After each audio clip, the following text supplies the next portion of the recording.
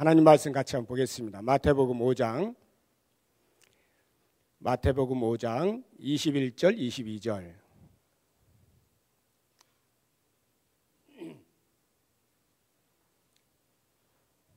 마태복음 5장 21절 22절. 신약성경 제일 앞에 책 마태복음 5장 21절 22절. 우리 한 목소리로 읽겠습니다. 시작. 옛사람에게 말한 바 살인하지 말라. 누구든지 살인하면 심판을 받게 되리라 하였다는 것을 너희가 들었으나 나는 너희에게 이르노니 형제에게 노하는 자마다 심판을 받게 되고 형제를 대하여 나가라 하는 자는 공회에 잡혀가게 되고 미련한 놈이라 하는 자는 지옥불에 들어가게 되리라. 아멘.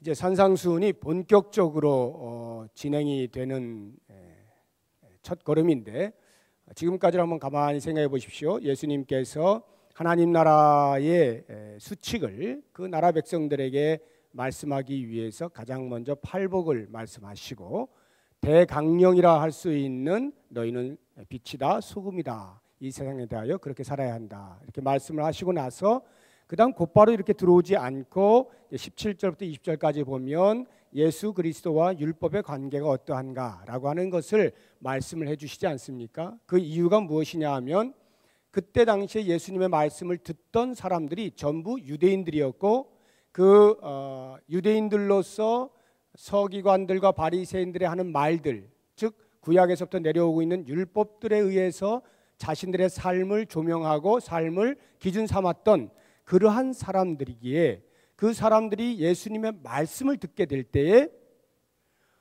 저것이 과연 우리가 알고 있는 율법과 어떠한 관계가 있는가라고 그 율법으로 예수님이 하시는 말씀을 이렇게 재단하려고 하는, 의식적이든 무의식적이든 자기들의 마음속에 그러한 마음도 있었을 것이란 말입니다. 그래서 예수님께서는 그 사람들에 대하여서 그것이 아니라 지금부터 내가 하는 말, 이것이 곧 너희가 지금까지 알고 있던 율법에 대하여 새롭게 이해해야 하는 기준이 되는 것이다, 이렇게 말씀을 해주고 있는 것입니다.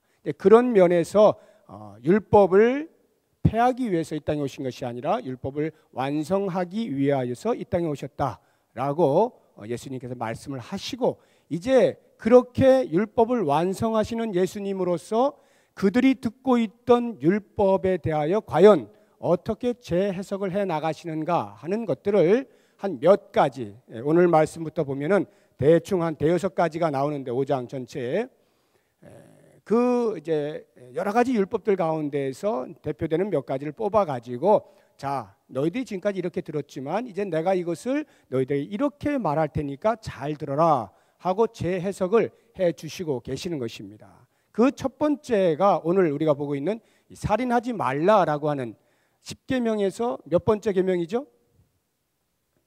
살인하지 말라. 10계명 중에서 몇 번째 계명일까요?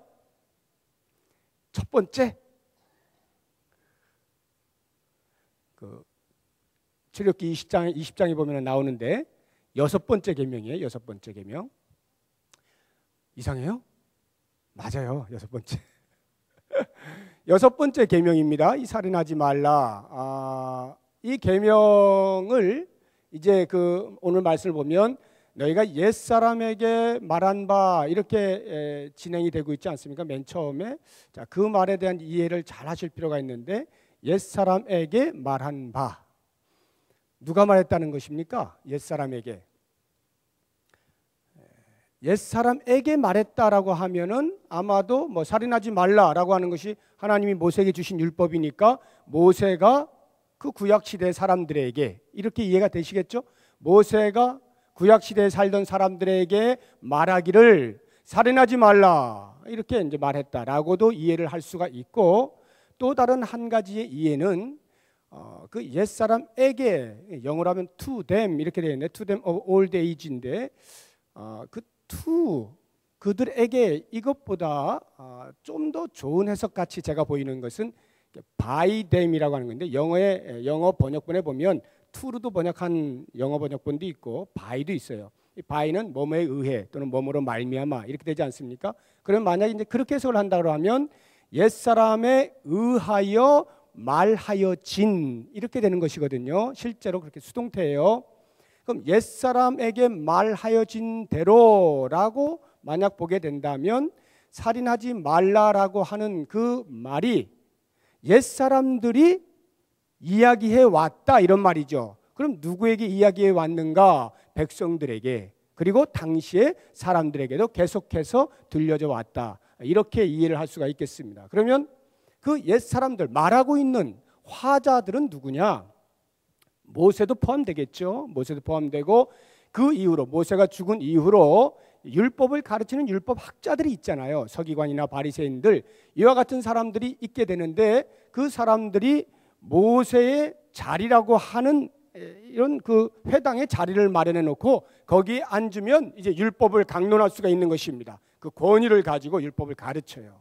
그런 율법의 자리에 그 모세의 자리에 앉아서 가르쳐 왔던 율법 선생님들, 그리고 그들에 의하여 많은 백성들이 그 당시에 지금 듣고 있는 그 사람들을 포함하여 듣고 있었다 이거죠. 계속 들었다는 거죠. 그래서 그 21절 뒷부분을 보면 너희가 들었으나 이렇게 나오죠. 너희가 들었으나 그것을 계속 들어왔다라고 하는 말입니다. 자, 그러면 이렇게 이제 들어온 그 율법의 말씀을 예수님께서 다시 가르쳐 줘요. 나는 너희에게 말하노니 22절에 그렇게 나오죠. 나는 너희에게 말하노니 그것을 5장 맨 끝까지 보시면은 한 5가지 정도 그 테마로 뭐 살인하지 말라, 간음하지 말라, 뭐 맹세하지 말라, 뭐 눈은 눈으로, 뭐 원수를 사랑 이런 그 말씀들을 보게 되면 그 내용이 똑같아요. 옛사람에게 말한 바 너희가 이러이러한 것을 들었거니와 나는 너희에게 말하노니 또는 이르노니 이렇게 똑같은 패턴으로 이야기를 하고 있어요. 그러니까 그 5장 지금부터 시작해서 마지막 절까지 예수님께서 몇 가지 율법의 조항들을 뽑아 가지고 이야기를 할 때에 이야기하는 대원칙이 있는 거죠. 원칙을 가지고 그런 예들을 일일이 들어가면서 자, 이것도 이러하고 이것도 이러하고 이것도 이러하다라고 말씀을 하고 있는 것입니다. 그러면 그 대원칙이라는 것이 무엇이냐? 아까 제가 말씀드린 대로 예수님께서 하나님 나라의 수칙으로 말씀하고 있는 이것을 율법의 눈으로 재단하지 말고 반대로 지금까지 들어왔던 또는 배워왔던 또는 익혀왔던 또는 행해왔던 그 율법의 말씀을 이제부터 내가 말하는 이 말들로 새롭게 조명하여 이해를 하도록 해라 라고 하는 대원칙을 가지고 여러 개의 예들을 들어서 말씀을 하고 있는 것입니다. 그 가운데 오늘 우리가 보려고 하는 것이 살인하지 말라라고 하는 말을 과연 어떻게 이해할 것이냐라고 하는 것입니다. 그들이 들어온 내용은 뭐냐면 살인하지 말라, 살인하게 되면 심판을 받을 것이다, 이것을 들어온 것입니다. 여기서 이 심판받는다라고 하는 것은 성경에서 이야기하고 있는 이 심판이라고 하는 용어는 거의 대부분 이 종말론적 심판을 우리가 이렇게 생각하게 되잖아요. 그런데 여기서는 그런 심판이 아니고 재판을 받는다는, 재판. 재판을 받는데 그 제일 앞에 나오는 이제 그러니까 살인을 하게 되면 재판을 받게 된다라고 하는 말들을 너희가 지금까지 들어왔으나 하고 예수님이 새로운 해석을 해 주시는데 그게 22절의 말씀인 것입니다. 실제로 물론 십계명에는 그 뒷부분은 없어요. 살인하지 말라 이 부분만 딱 있죠. 그러나 뭐 민수기나 신명기 계속 가서 보시면은 살인하지 말라 해놓고 살인을 하게 되는 여러 가지 종류들, 예를 들어서 뭐 사람이 죽을 만한 뾰족한 막대기를 들고 어떻게 하다가 죽이면 살인하는 것이니 그 사람은 돌로 쳐 죽일 것이요, 사람이 맞아서 죽을 만한 큰 돌을 들고서 때리면 그래서 죽으면 그것은 살인한 것이니 그 사람을 돌로 쳐 죽일 것이요, 뭐 이렇게 구체적으로 이렇게 설명을 해주고 있습니다. 그러니까 그렇게 돌로 쳐 죽여라라고 말하는 것은 이미 그 당시에 뭐 장로회의라든지 그런 율법 교사들이라든지 그런 회의에서 결정된 것 아니겠습니까? 재판소가 있었다라고 하는 것이죠. 그런 재판소에서 그런 재판을 내리고 있었던 것입니다. 자, 그러면 그렇게 쭉 들어온 것이 과연 무엇이 잘못되었길래 예수님께서 다시 말씀을 해주시는가? 라고 할 때 22절을 보면 굳이 그것이 뭐 잘못되었기 때문에 재해석한다라기보다도 그 말씀들을 보게 되면 좀 확대 해석을 하신다라고 이해를 하시면 좋겠습니다. 어떻게 확대 해석을 했느냐 하면 21절에서는 살인을 하면 재판을 받는 거예요. 그러니까 살인을 하는 행위가 있을 때에 재판을 받는데 22절에 보면 그렇지가 않죠. 뭐라고 되어 있습니까? 제일 앞에 형제에 대하여 노하는 자는, 분노하는 자는, 형제에 대하여 분노하는 자는 뭐 한다고요? 심판을 받고, 거기도 심판이 역시 마찬가지로 종말에 있는 그런 심판이 아니고 재판을 받는다는 거예요. 재판을 받고, 그 다음에 형제에 대하여 라가라, 라가라고 하는 요 단어가 그 아람어예요. 아람어. 그러니까 야, 이 바보야, 아유 이런 천치, 우리나라 말로 하면 이런 거예요. 아유 쪼다, 이런 거. 그러니까 좀 지능적으로 이렇게 좀 무시하는 그런 거 있죠. 지능적으로 무시하는, 지능 모독적인 그런 언어들, 이런 것들이 이제 라가라고 하는 뜻인데, 형제에 대하여 라가라 하는 자는 공회에 잡혀간다 그러죠. 여기 공회는 어디냐면 산헤드린 공회, 유대인들이 그 사두개인들과 여러 바리새인들로 구성되어져 있는 가장 그 높은 사법기관 산헤드린, 그 공회를 말하는 거예요. 거기 잡혀간다. 그 무슨 말이냐면 형제에 대하여 노하는 자는 재판을 받게 되고, 그 재판은 우리나라 말로 하면 지방법원쯤 되는 거예요. 지방법원쯤. 그러면 이 공회는 뭐예요? 뭐 고등법원 내지는 대법원이 되겠죠. 대법원 같이 가장 이제 사법권에서 가장 높은 자리니까 대법원이라 할 수 있겠죠.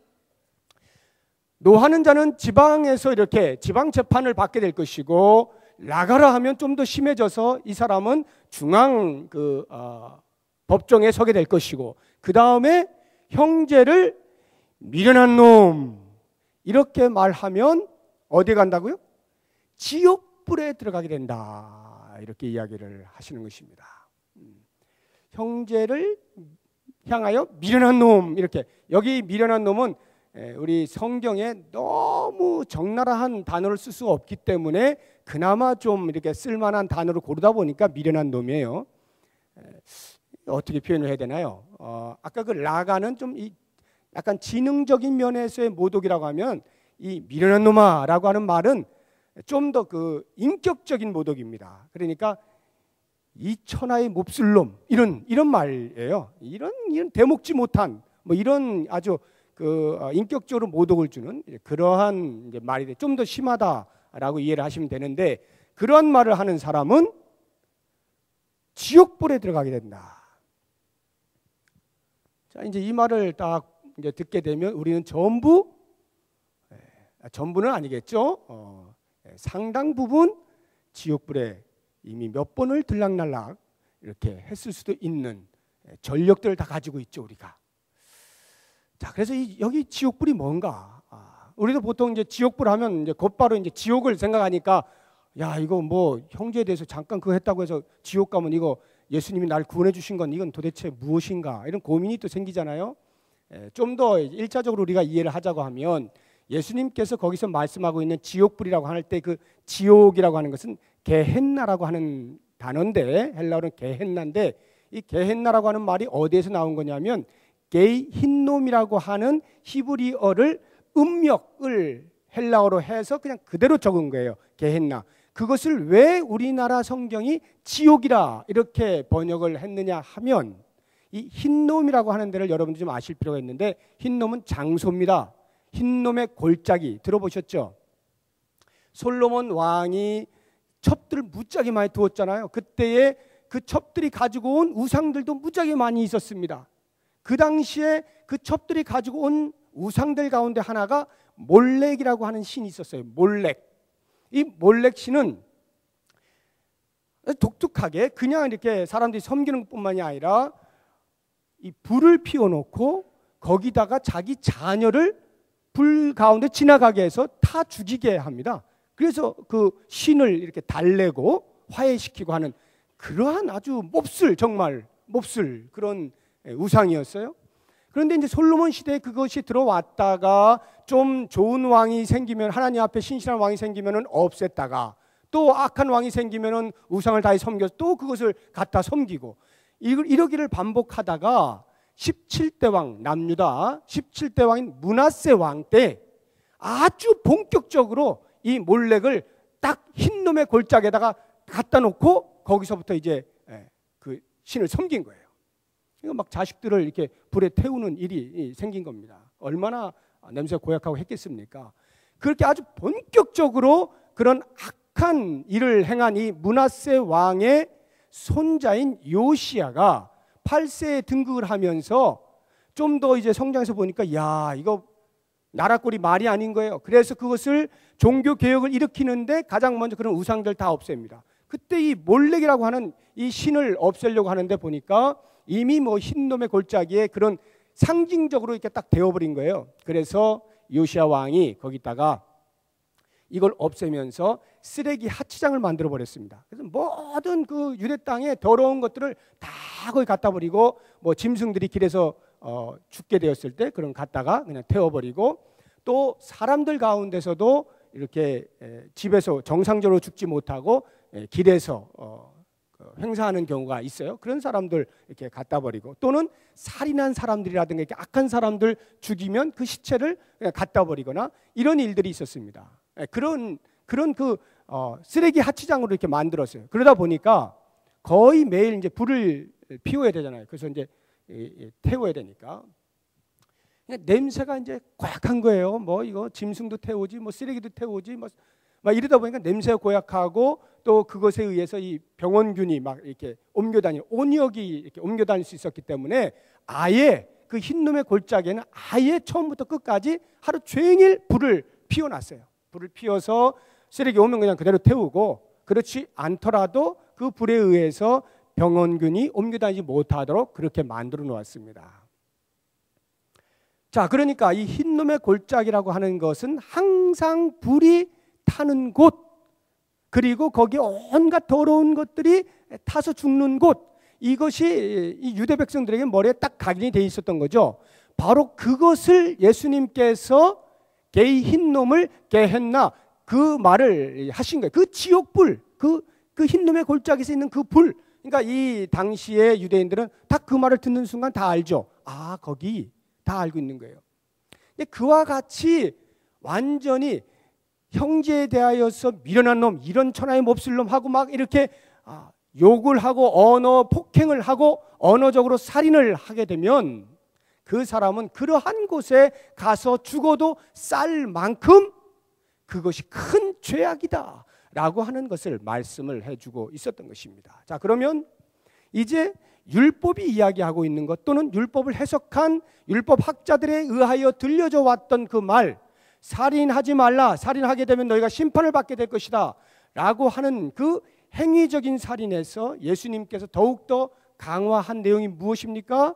형제에 대하여 분을 품거나 욕을 하거나 모독을 하거나 하는 것만 해도 직접 사람을 죽이지 않는다 할지라도 이미 그것은 살인한 것과 다름이 없는 정도의 중죄다.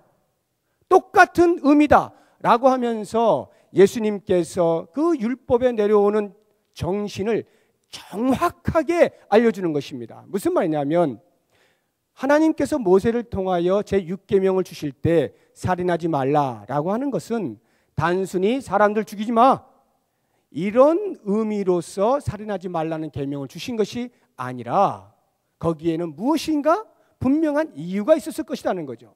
그렇게 말을 하는 데에는 어떤 의미가 있었을 것이고 그 안에 담긴 정신이 있었을 것이다 라고 하는 것입니다. 그 부분을 캐치해내지 못하면 잡아내지 못하면 우리는 행위로서 사람을 죽이는 것에 대해서만 심판을 받고 그 이전의 모든 행위들에 대해서는 뭐 마음으로 죄를 짓든지 입으로 좀 형제에게 대해서 욕을 하든지 신경 쓰지 않고 그것에 대해서는 우리는 율법을 잘 지키고 있는 것이다 라고 안심을 하며 산다는 것이죠. 근데 그것이 아니라는 거예요. 하나님이 살인하지 말라라고 말씀하실 때는 그런 의미로 주신 것이 아니라 그 안에 담겨있는 정신이 무엇이냐 이것을 예수님이 알려주시기 위해서 재해석을 하는데 그 내용이 형제들에 대하여 말로만 해도 또는 이 속에서부터 분을 품기만 해도 살인과 다름없는, 바로 하나님은 그와 같은 것을 우리에게 원래부터 말씀하신 것이니 정신 똑바로 차리고 거기까지 너희들의 삶을 돌아볼 수 있어야 한다, 이렇게 말씀을 하신 것입니다. 자, 그러면 과연 하나님께서는 왜 살인하지 말라는 계명을 주셨을까요? 그 살인하지 말라는 계명 속에 담긴 진정한 의미, 정신이 과연 무엇이겠습니까? 왜 살인하지 말라 그랬을까요? 그것은 생명이 너희 것이 아니다, 이런 말이에요. 생명은 인간이 마음대로 쥐었다 폈다 할 수 있는 것이 아니다, 이 말이에요. 생명의 주인은 오직 하나님이시다라고 하는 것을 알려주는 것입니다. 생명을 살리고 죽이는 것은 오직 하나님의 권한이다 라고 하는 것을 말씀하는 것입니다. 그러므로 인간된 너희들은 누구를 막론하고 모든 생명이 하나님의 손에 있으니까 너희들은 그 존중함을 가져야만 한다. 생명에 대한 존귀함을 가져야만 한다. 그것은 나 자신의 생명에 대해서도 마찬가지고 다른 사람의 생명에 대해서도 동일하게 존귀한 마음을 가질 수 있어야 한다. 그러한 마음으로 서로를 대하고 나 자신을 볼 수 있어야 한다라고 하는 것을 살인하지 말라는 그 계명 속에 담아 두신 것이다 라고 하는 거죠. 바로 이 부분을 예수님께서 알려주시는 거예요. 그러니까 우리가 이제 과거의 그 율법으로 인하여서 내가 누구를 죽이지 않았기 때문에 나는 살인한 자는 아니야, 적어도 이렇게 안심하고 있을 것이 아니라 하나님 나라 안으로 들어온 예수 그리스도를 믿는 믿음의 공동체 안에 들어온 우리들은 예수님이 가르쳐 주신 그 정신을 더 확대하여 실행할 수 있어야 되는데, 그것이 바로 형제에 대해서 분을 품는 것조차도 우리가 조심해야 하는 것임을 깊이 인식을 해야 한다는 것입니다. 자, 그러면 이 범죄 심리학자들이 살인하는 사람들의 그 마음을 이렇게 살펴봐요. 그리고는 거의 대부분의 사람들이 동일하게 하는 이야기가 뭐냐 하면 우발적인 사고가 없다는 거예요. 우발적으로 살인하는 경우가 없다는 거예요. 뭐 예를 들어서 뭐 이렇게 이제 창을 이렇게 이제 들고 다니다가 정말 그야말로 아무 의도 없이 이렇게 휘둘렀는데 거기 어떻게 찔려가지고 이제 죽었어요. 이런 건 진짜 우발적이에요. 그건 우발적이에요. 그런데 예를 들어서 돈을 좀 훔치려고 하는데 이게 돈을 훔치려 지갑을 싹 빼는데 이 사람이 본 거예요. 아유, 그러니까 이거 이제 얼굴이 들켰잖아요. 그러니까 에이 하고 죽였어요. 그리고는 와가지고 조서를 꾸미는데 경찰하고 이야기하기를 나는 절대로 죽일 생각이 없었습니다. 그냥 지갑만 살짝 해서 그냥 돈만 조금 몇 푼 필요했던 것뿐인데 이 사람이 그만 나를 쳐다보는 바람에 나도 모르는 사이에 죽이게 되었습니다 라고 하는 이런 우발적 사고라고 하는 것은 없다는 거예요. 이해가 되십니까? 돈만 뺏으려고 했는데 죽일 생각은 없었는데 저 사람이 나로 하여금 죽이게 만들었다는 거지, 내 얼굴을 봐서. 이랬을 때 왜 그것이 우발적일 수가 없느냐? 그 사람은 그 생명에 대하여 돈만도 못하게 여긴 것입니다. 돈 뺏으려고 하다가 사람 죽이는, 돈만도 못하게 여겼다, 이런 말이거든요. 그러므로 이미 그 사람의 마음속에는 생명에 대하여 존중감이 없다, 이런 거죠.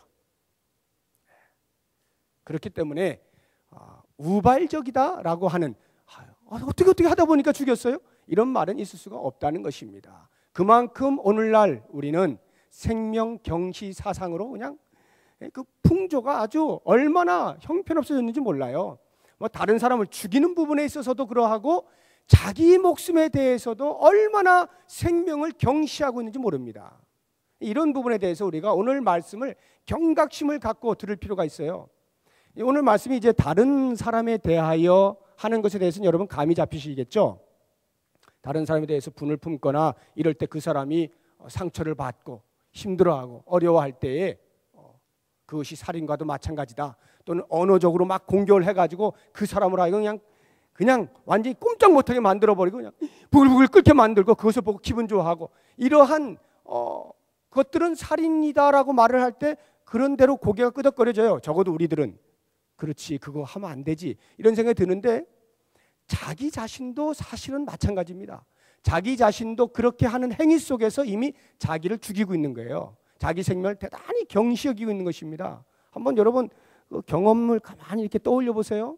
다른 사람에 대해서 막 욕했어요. 막 이제 내 딴에 이제 분이 있어가지고 분이 있었고 막 했어요. 어떻든가요? 기분 좋아. 계속 시원해. 이러는 분 계십니까?